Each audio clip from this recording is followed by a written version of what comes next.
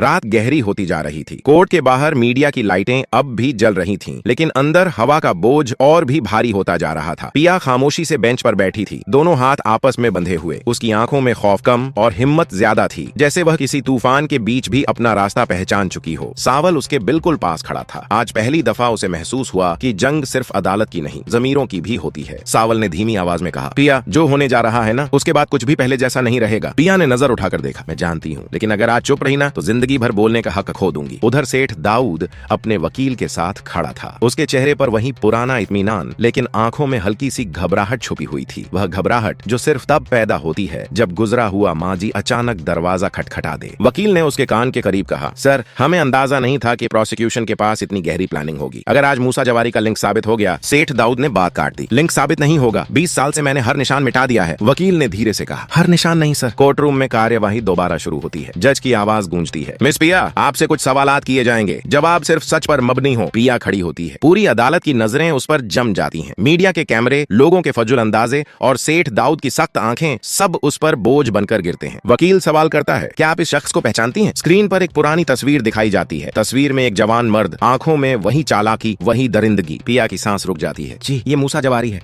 Court में सरसराहट फैल जाती है। डिफेंस वकील फौरन खड़ा होता है। माय लॉर्ड, ये सिर्फ एक दावा है, कोई सबूत नहीं।